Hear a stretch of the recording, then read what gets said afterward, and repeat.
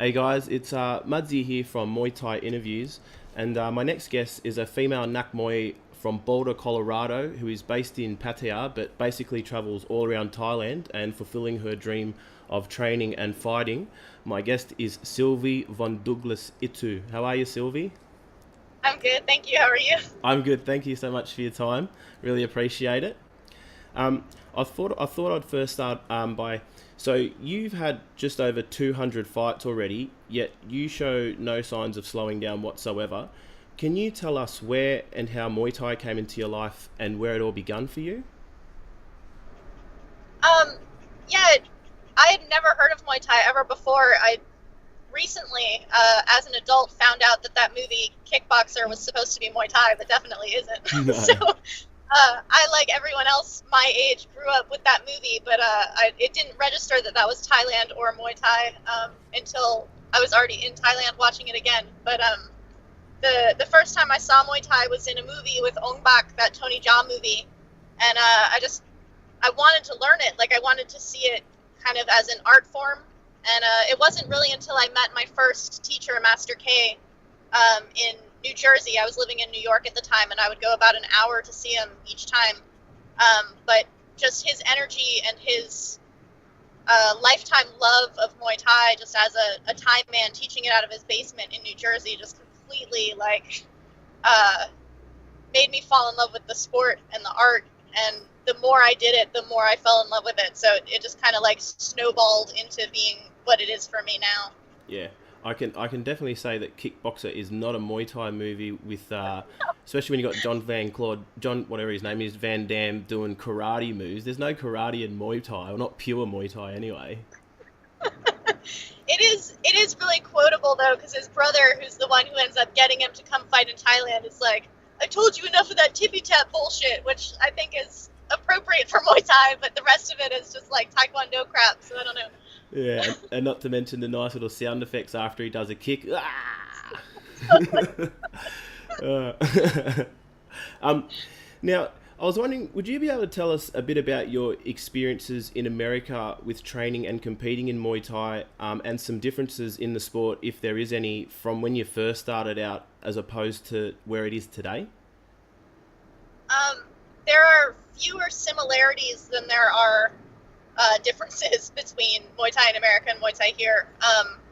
It's the way I was training was all just one-on-one with Master K in his basement. So I actually started fighting about a year into my training, and I'd never really sparred or been hit before. So when you've never had contact and then you get into a fight, you're not really prepared for it. So the kind of training that I was doing in that context versus the kind of training I do now, it was like an hour a couple of times a week where I could, whereas now it's like 6 hours a day. And then in America, and I think many places in the Western world, fighting isn't a way of life for a lot of people. There just isn't the same opportunity. So people will kind of like save up and try to find a fight, and then you have a fight camp and all of these things that like put a lot of pressure on a few fights. Whereas here, it's like you can just be prolific in fighting, and so it takes a lot of the pressure off of each individual one. Yeah. And I think that the way of life values and kind of training styles suit me more in Thailand. So the way I was doing it in the West and the way it's done here is just they're worlds apart because they're different worlds. And also, with the Western world, most people, they work like a day job, like a 9 to 5 job, so they've still got to fit in training before and after, as opposed to, I guess, in Thailand, all you do and focus and worry about is just training and fighting. Yeah, so I was a bartender in America, so I'd be getting home at 6 a.m. and getting some sleep in, and then going to training in the day when I could. So yeah, it's very different in terms of people trying to get those hours in after their work day and that kind of thing. And did you find, like, when you were working as a bartender, the hours that you put in the gym, they weren't as what's the word, maybe beneficial because you're tired and you've got other things on your mind and you can't just focus on Muay Thai like you do now?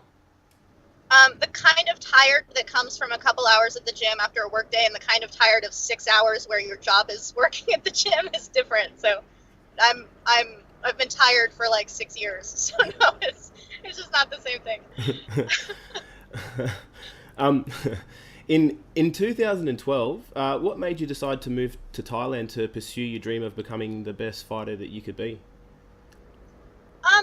It's really just this difference that we were just talking about. Like you can't have the kind of opportunities and have Muay Thai be your way of life outside of Thailand in many cases, just because the opportunity isn't there. So when my husband and I moved here in 2012, the idea was that we could maybe afford to stay for like 6 months. And so the idea was to just try to fight as much as possible. And in the same way that Muay Thai kind of became, it started from this as many hours as I could get during the week to something that I was doing all of the time. That was the same thing when I came here, is that my hunger for wanting to fight has just driven doing what it takes to be able to keep fighting and keep pushing forward like that. So when we moved here, the idea was just to try to get as much out of it as we could in whatever time we could muster. And because we've been able to protract that time, we've been able to protract my opportunities. So I didn't know I was going to be fighting 200 fights in Thailand. That wasn't in my mind when I moved here. Yeah. That's awesome. That's awesome. And I've noticed that you've travelled extensively all around Thailand, and you've trained at a lot of gyms. I've even seen a lot of your training and videos and breakdowns at various gyms. Personally speaking, what are some of your favourite gyms that you've trained at in Thailand, and why? When I train at these gyms, I train for a very short time. I'm not like spending significant time at these different gyms, so it's really just like a kind of flash experience, having these training sessions with the legends or incredible trainers who are running them or at them. But I've had incredible, influential, like impactful experiences at Sitmon Chai Gym, which is in Thonburi. Kem Muay Thai Gym, he used to be Sitsong Pinong, and now he has his own gym in Karat. His gym is like the most beautiful gym I've ever seen, and it's totally this like Shaolin mountain type experience, but of Muay Thai. Adachai Muay Thai in Bangkok is incredible. And then where I started in Chiang Mai at Lana Muay Thai, I think is one of the most fight-friendly gyms in the world, and I would not be able to do what I've been doing if I hadn't, like gotten my foundation there, and I still have very strong relationships there. We're driving there right now for my fight tomorrow, so yeah. Yeah, I definitely concur with you on the Sitmon Chai Gym. I trained there for 2 weeks just before Christmas last year, and I was only meant to stay there for a week, but after the second day I was like, can I stay another week? Have you got extra accommodation? Like, yes. So I was like, sweet, yeah, that's me.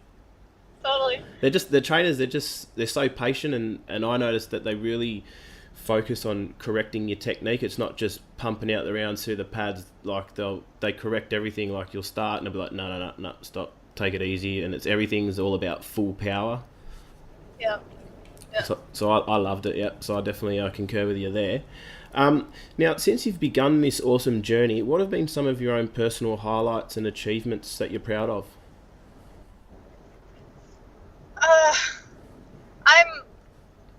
I'm just proud of, like the challenges that you face with each opponent. You can't pick those. You don't know what each fighter is going to bring out of you or what each fight is going to bring out of you. So I think that I've just had, a handful of fights where everything was against me, or like I didn't feel like I had any business doing well in those fights, and then I ended up doing well. So those have been highlight experiences for me where I can actually see my growth. When I moved from Chiang Mai to Pattaya and started training at Petrangdung, which is my gym now, I'm really proud of having made that transition, and I think that it's made a huge change in what kind of fighter I've become and what I can be. And when we moved to Pattaya, that it forced me to start traveling around Thailand and fighting the way that I do. When I was in Chiang Mai, I was just fighting through my gym only. And so having the trainer that I have in Pattaya giving me his blessing to be able to go around and fight the way that I do, I think has given me these insane opportunities, which allows me to go train with these Muay Thai legends. And I just finished a session with my absolute hero, Karahat Sorsubuan, training with him. So having these golden age legends in with and talk to and kind of have relationships with, I think is not only a highlight of my experience as a fighter, but a highlight for my whole life, like forever. It's going to be pretty awesome. Yeah, I'd say it's a pretty cool life you lead. I'd like it. That it's good. I enjoy it. Now, what I wanted to ask you was, as a female foreigner coming to Thailand and immersing yourself in the sport and culture, I have nothing but respect and admiration for what you've done and you continue to do, and so would most people. But some Thais may also be set in their own ways, and let's face it, they don't all treat women the same as men over here in Thailand. Have you ever had any backlash or criticism from some people for what you do? And if so, how have you dealt with it? I have, but I think that women face double standards and difficulties everywhere in the world. So it's not just here. I think that I'm more surprised by it here because it's right on the surface. Like, people will say to your face, no, you can't do that because you're a woman. Yeah. But I think that there's a little bit of a, like, if I were a Thai woman or even if I were a Thai man, I wouldn't be able to do the things that I'm doing. It's because I'm foreign that I kind of get a little bit of wiggle room and a pass. Yeah. So while I may get some criticism for going and training with other trainers, I have my trainer's blessing, so I don't really worry about what, other people are saying about that as much. Yeah, definitely. And then as far as like my fighting, I have gotten criticism that I fight too much or that, I am getting hurt or any of these things, but those people just don't understand my motivations, and the more I fight, the more they tend to just kind of quiet down. So yeah. I haven't felt challenged in what I'm doing, even though I do, because I speak and read Thai, I have witnessed people who are not fully understanding or in line with what I'm doing, but I don't feel like it challenges my ability to do it. Yeah, and do you just find now when people, or if you ever do cop criticism, it's just water off a duck's back? I don't know, it's like, it's not even really directed at me, it's just kind of like this milling of talking in comments or something, like, just don't read the comments section. Yeah. Yeah, awesome. Now, what I want to say is, yesterday I saw a short doco on yourself called Under the Ropes, which I thought was awesome and really quite inspiring. I really loved that. How did that whole documentary come together? It's actually very similar to how I'm talking to you, is that Simon just contacted me and said that he, is a filmmaker and wanted to make a small documentary. He didn't know a whole lot about me. He just wanted the story to kind of evolve out of whatever he could film of me. Yeah. And so he happened to be in Chiang Mai at the time I was there, so he just filmed me, and then he came and did some more at my gym in Pattaya, and then just pieced together the rest of the editing from all of the videos I have up on my YouTube channel. So it is a testament to Simon's ability as a filmmaker, how beautiful that film is, the way he was able to put it together. I was pretty astonished at when I saw myself. I was like crying seeing Master K. So yeah, I'm incredibly lucky in that people contact me and they're like, hey, can I do this thing? And I'm like, sure. And then they end up being like incredibly talented people. So yeah. Well, I actually have a confession to make, Sylvie. Probably up until about 10 months ago, I hadn't heard of you, but one night I was actually at Taipei, and you were fighting, and I watched you, and I just thought, oh yeah, cool, like, good fight. And then literally probably 2 days later, a thing popped up on my Facebook. It was like, you should follow this person, and it was you. I opened it, I looked at it, and it was you, and I was like, fuck, is Facebook following me or what? So I started following you, and I'm like, Jesus, she's actually quite got a lot of fan base. And then I started following you, and then probably a few months later, I was at Tape again, and then I saw you, and I'm like, oh, that's Sylvie. Oh yeah, all right, cool. And then I've actually been following you ever since, really. So probably about 10 months ago. Wow, nice. So yeah, I don't know, it was freaky, but Facebook computers, they must be following me or something. But in relation to that doco, one thing I am keen to get your opinion on and your thoughts about females entering the ring and having to go under the ropes in Thailand, whereas in Australia and probably the rest of the world, you get some females will go under the ropes, but generally speaking, the majority will step over the ropes, the same as men do. What are your thoughts on that? I have a lot of thoughts on that. I've written about it pretty extensively on my blog, but I wouldn't expect women elsewhere in the world to go under the bottom rope because they don't share the belief system that makes that why people do it here. Yeah. So I think that when I wrote my first article regarding the bottom rope, there was someone, he might have been in Australia, who said that he had his female fighters go under the bottom rope in order to kind of like own or capture that that's how women go under, to kind of like claim it as a identity thing. Yeah. Which that's, I don't know, that's great for him, but unfortunately the actual belief system that makes women go under the bottom rope here is not one that's respectful to women. So my own feeling about it is that it's something that I do because it's respectful to the culture and it is the custom and the etiquette. But I do not like the belief systems that basically promote that women are a polluting element. And I think that as long as those belief systems are practiced in the way that they are, which is almost a little bit absent-mindedly, it doesn't give room for women to change their opportunities and have the same kind of position in the sport that men enjoy, going over the top rope. So it seems like a completely trivial thing, just get in the ring, like doesn't matter whether you go over or under, but the belief systems in place that make that a difference kind of propagate differences in opportunity by being there. Yeah, okay, yeah, well said. Now, another question I had, I'm now thinking about it. I'm not sure if you actually do it because you fight so much, but I'll ask you anyway. When it comes to weight cutting, how do you approach it? And given a young female has just died from weight cutting in Australia only a couple of months ago, do you think women need to approach weight cutting differently to men in the sense that, say, if they want to have kids in the future, that they need to think about their bodies more? I don't cut weight a lot. I tend to be smaller than my opponents, so I'm not practiced in or expert in weight cutting. But I don't think that women, other than having to deal with the particular challenges of,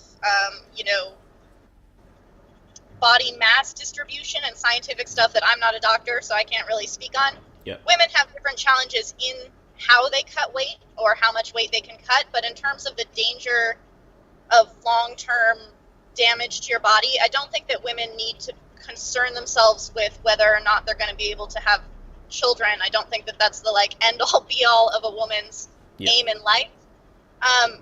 It is incredibly sad when people are hurt or lose their lives in the name of doing something that they love. That young woman who died in Australia, it's absolutely heartbreaking. But it's not because she's a woman. There was a young man here in Thailand, Jordan Ko, in his early 20s, who died a few months before her. And I'm not an expert. I'm not a doctor. I can't say that they did anything wrong in the way that they were cutting weight, and I can't say that they should have done anything different. It's one of these things that it's dangerous anytime you get in the ring. There are people who can receive any number of damages to themselves in the process of fighting. It's part of the risk of what we're doing. And I think that to concern yourself with whether or not you're going to be able to,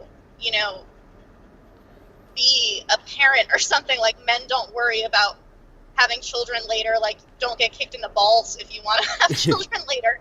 I don't think that women should have that standard for what they need to concern themselves with. It's about whether you can do what you love now, and that's how I see it as a woman, is whether you can devote yourself to your sport now.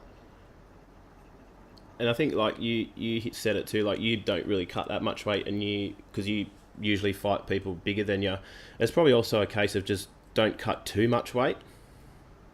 Yeah, it's done very differently in different parts of the world. When I see the amount of weight that MMA fighters are cutting, it's just ridiculous. Some of them. It's crazy. Yeah.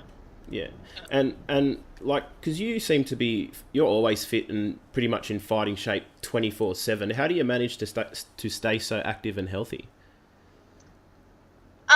Just by doing it. I think that the more active you stay by not, I think maybe even it goes in with people who cut a lot of weight because they deprive themselves and have this like fight camp and cut the weight. Then they try to have this reward phase afterwards, which is where they like eat everything they couldn't eat or go out drinking or whatever. And that does a lot of damage to your body. So you're constantly cycling out. Yeah. I don't cycle out. So it's like having calluses from, running or something. Is if you don't stop, then your body has adjusted itself to do well in what you're doing. Yeah. So basically by not cycling up and down and fighting really frequently, I'm always ready to fight because that's the homeostasis that I keep my body in. Yeah. That's good answer. Good answer. What else want to say? Okay. Muay Thai is often a sport or a lifestyle where the training, dedication, and sacrifices people often make receive very little in return, whether that be financially, recognition, or some people just can't understand why we do it, or whatever the outcome some people are after. How do you stay so focused and determined, bearing all that in mind?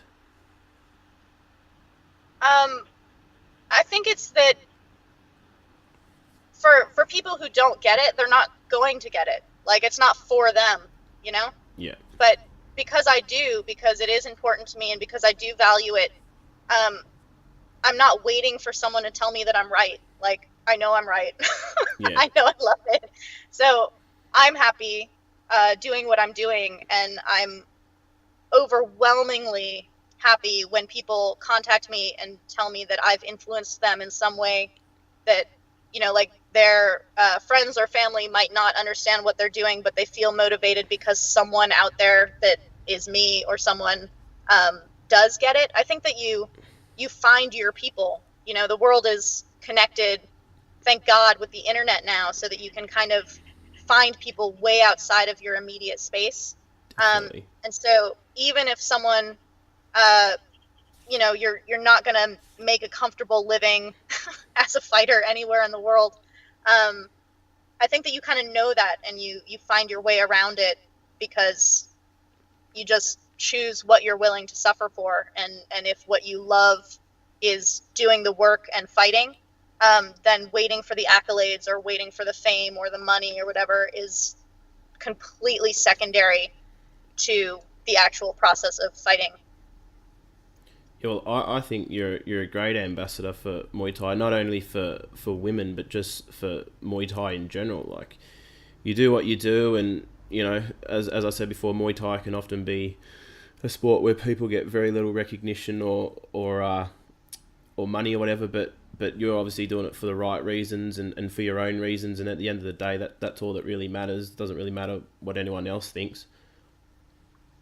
Yeah, but I think that it's changing now. It's people are getting more recognition in being able to present themselves. Like I basically have just been putting my stuff up online, whether people are looking or not, and it turns out that a lot of people are looking now. Yeah, they are. And then people like you become aware of it, and you create this whole program that's interviewing Muay Thai fighters, and so that can spread it to more people. So it is growing. It's not a like, oh, we're never going to have recognition. It's being able to present yourself, and the people will find you who are interested in it and promote it more. So you're a perfect example of how that's changing. That people are interested in Muay Thai fighters.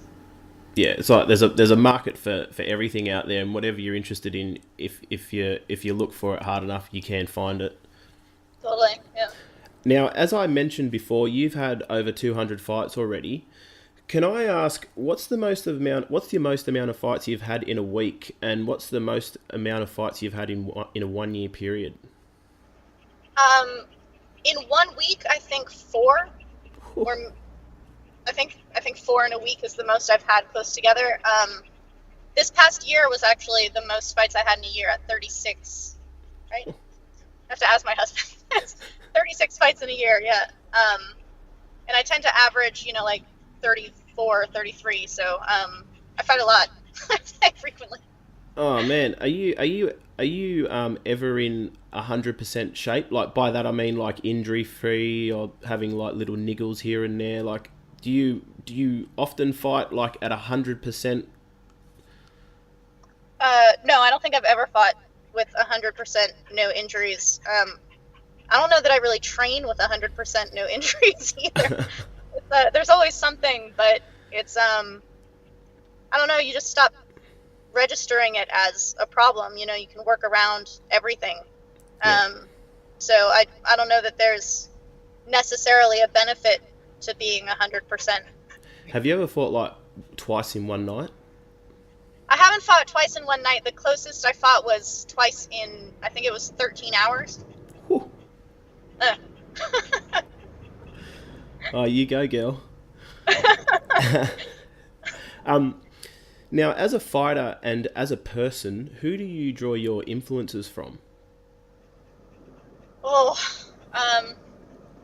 it's not all from fighters. I'm really inspired by like distance runners, like ultra marathoners. Yep. I feel like that mindset is really similar to the mindset required for fighters. But I'm crazy inspired by like golden age fighters like Karahat, who I just trained with, who's my hero. There's something about watching him fight that just makes me crazy. Like I just want to get in the ring and become Karahat every time I watch him. Yeah. But I'm really inspired by a lot of the kind of the men who are just in rings all the time, like in gyms. You'll meet these people whose entire lives have been Muay Thai. Like my trainer Pinu at my current gym, he grew up at the gym. It used to be a farm, and so he was a farmer and a fighter, and then it just gradually became more and more a gym and less a farm. And Master K in America, he's like 78, 79, and he's still training in his basement trying to get his right kick better. It's like insane. It's incredible to see people who actually just dedicate their whole lives to something like this. And I think I'm really inspired by people who have found something that they love and stick with it. Diesel Noi, the king of knees from the golden age. Love watching that guy. I don't know that I've ever met anyone who loves Muay Thai more than him. He just, like, you can see that fire in him will never, it's not only that it won't go out, it like didn't even fade since he was like 16. It's crazy. Yeah.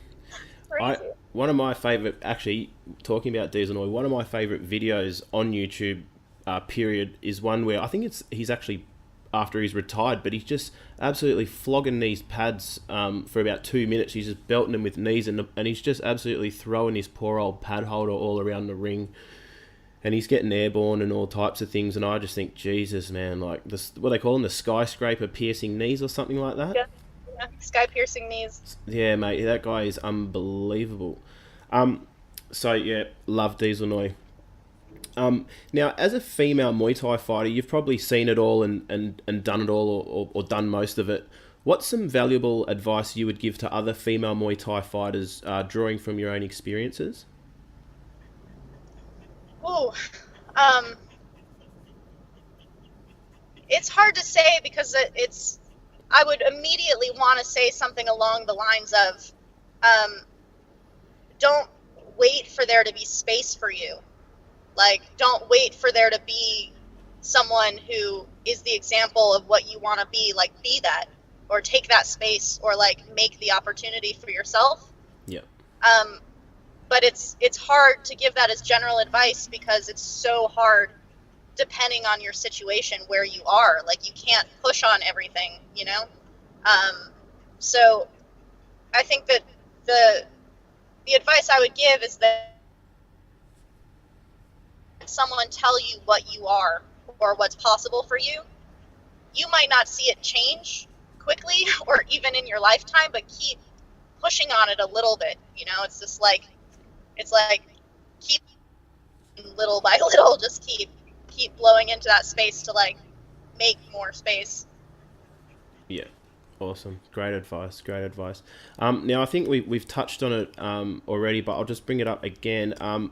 So, like I said, I first saw you fight in Chiang Mai probably about 8-10 months ago, but you do live and train out of Pattaya. So, do you basically just drive all around Thailand, just taking fights, whatever you can get, wherever you can get? Is that how it works? Yeah, I don't find them like as I'm driving. I have I have connections with promoters, and so I'll basically put my net out and see who has a fight card, and then try to organize fights around that way. So I tend to go to like a cycle of places, and then sometimes I'll get thrown into the outskirts. But basically, anytime I go and fight, like in Karat or kind of outside of Pattaya, there might be a promoter at that show who will come and talk to me, and they're like, "Oh, I want you at my show in Ubon or something." And so I get their phone number, and they contact me, and then I might get a fight kind of, you know, way up somewhere I haven't been before.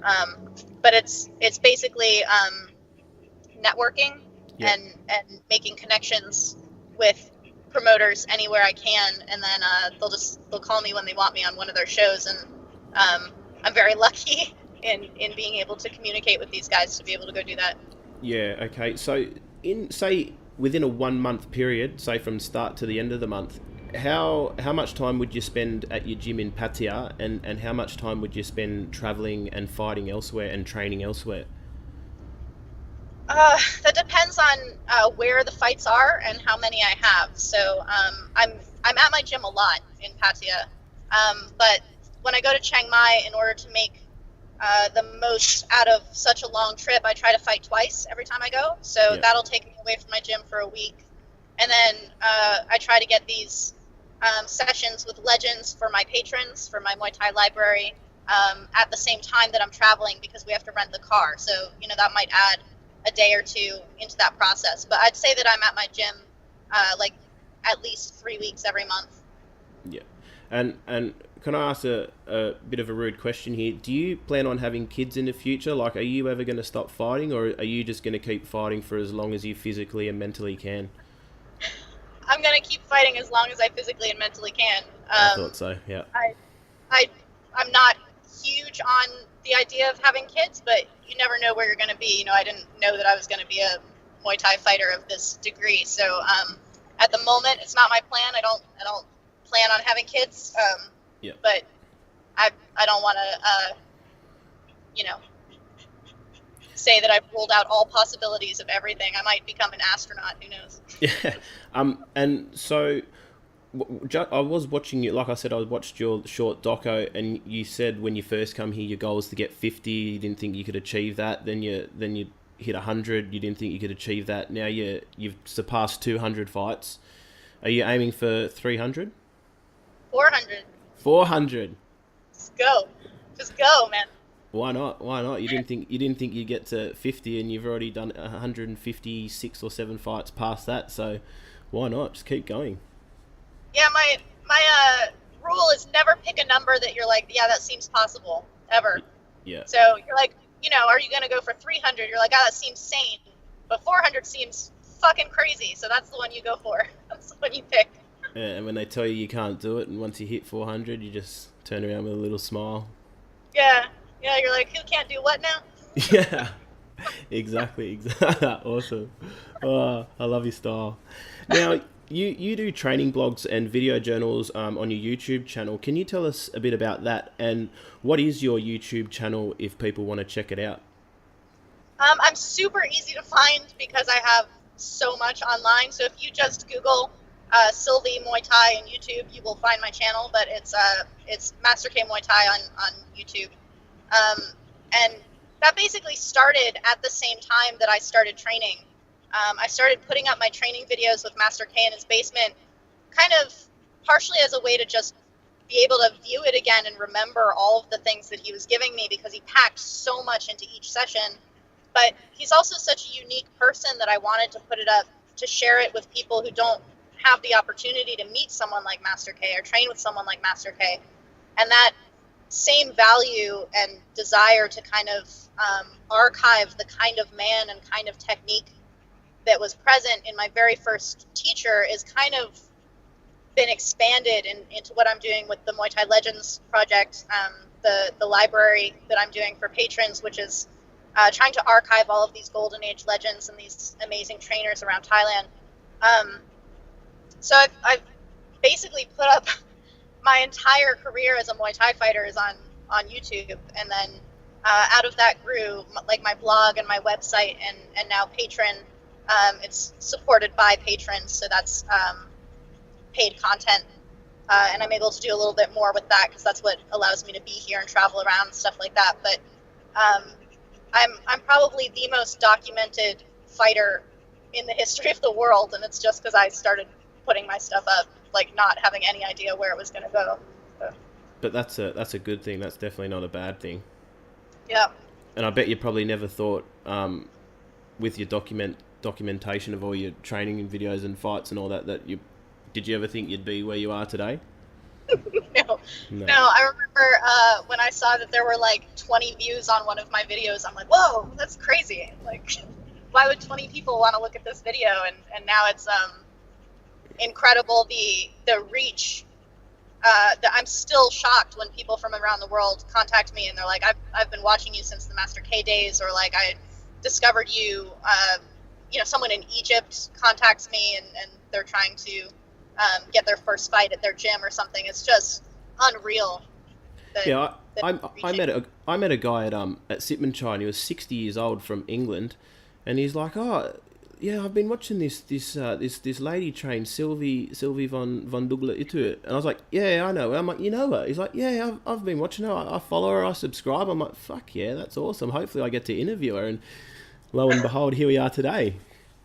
My parents were at a biker rally. I have no idea why. My parents are not bikers, but they were at a biker rally, and my mom just started chatting up the guy next to her because he had some kind of like galaxy tattoo on his arm. Yep. Which has nothing to do with me, but my mom, being the way she is, she's like, my daughter also has tattoos, and started talking to him about it, and he goes, oh yeah, Sylvie, no, I know her, I follow her on YouTube. Like, holy shit. Small world. It is, man. It is a very small world. Yeah. Now, you're also a freelance journalist on female Muay Thai, and you write about your own experiences. Can you tell us a little bit about that? And if people do want to read more of your stuff, where can they find that material? Yeah, so my website is the number 8limbs.us, so 8limbs.us. Yep. And most of my blogs and journaling is through there, and I've recently started doing more specifically for Patreon. So my Patreon, you just go to Patreon and look up Sylvie Moy, and you can find that. But I kind of was initially just trying to document the experience of being, a stranger in a strange land, and kind of coming up against all of these experiences of coming to live and train in Thailand in this foreign culture. And then from that, it just kind of expanded more and more to being able to, follow other female fighters and the women who I'm fighting and all of these different things. So it's basically just trying to, again, in the same value, put as much up and out into the internet to like spread awareness and understanding, and just if there's anything that I find interesting or valuable, I assume there are other people who find it interesting and valuable too, so just put it there, and it's been really amazing to me to see that because there's so little about women fighters online, I end up being like a huge source of it because there's so little. So I'm hoping that eventually I'll be completely drowned out by the sheer number of blogs and articles on female fighters. But at the moment, I'm kind of a very big resource for that. Yeah, awesome, awesome. Now, you mentioned you've got a fight coming up tomorrow night in Chiang Mai. Can you tell us about that, and what are the plans for the rest of 2018 for you, fight-wise? I don't know about the whole year. I'm just going to be fighting as much as I can. I tend to have a minimum of 2 fights a month. I try to do a little bit more than that. Yep. But so tomorrow night I'm at Top Hay, and then 2 days later I'll be at Chiang Mai Boxing Stadium, also in Chiang Mai, and then at the end of the month I have another fight, and in February I'll be coming back up. So I basically am aware of my fights about a month in advance. Yep. And I'm a little bit like freaked out about my fight tomorrow because I've heard that this girl is actually my size, and it's so unusual for me to fight someone who's not like 5 kilos bigger that I'm like, can I do that? Do I know how to do that? So it'll be interesting. I've never fought her before. Her name is Gulab Dam, which means like black rose. Yep. And I've heard she's got tidy hands, so working on that. Awesome. Well, don't take her lightly just because she's your own size, okay? No, those are the ones that kill you. Yeah. The scary Yeah. ones. Yeah. Exactly. Now, you've touched on your YouTube channel and your 8 Limbs US. Also, if people want to stay up to date with your fights and contact you and that sort of thing, have you got can you just tell them your Facebook, and do you have Instagram as well if people want to follow you that way? Yeah, so on Instagram, I'm Sylvie Muay, and my Muay Thai Facebook page is Sylvie von Duuglas-Ittu hyphen Muay Thai. I also have a compartmentalize, so I have a techniques page where I try to post more of techniques and the legacy of Muay Thai, and then I also have like a mental training one. But I'm so easy to Google, just like Google Sylvie and whatever your question is, and you'll find either my blog or my Facebook or my YouTube or whatever. It's impossible not to run into me if you just use my name on Google. Awesome. And just before I let you go, Sylvie, is there anyone you wish to thank or give a shout out to? Yesterday actually was Waikru Day, so it was the day to honor your teachers, which is actually a really busy day for me because I have so many people who influenced me and have helped me along. So I cannot list how many people there are who I would love to thank in this context. So the short, sweet list is Master K always, Diesel Noi, and Karahat, who influence me every day. My trainer Pinu at Petrungrung, who has given me so much in terms of his patience. Nakmoy Nation in America are my sponsors, and Onyx MMA in Singapore help me do what I'm doing. My patrons and my husband Kevin, who puts up with more shit than anyone in the world. So, yeah. You're a good man, Kev. Yeah, good man. Well, Sylvie, I just want to say thank you so much for your time. I really appreciate it, and you're not only inspiring women out there for Muay Thai, but you're inspiring just the Muay Thai community in general, and just keep doing what you're doing because it's working. And thank you so much for your time. I really appreciate it. Thank you so much for talking with me. Thanks, Sylvie. Take it easy.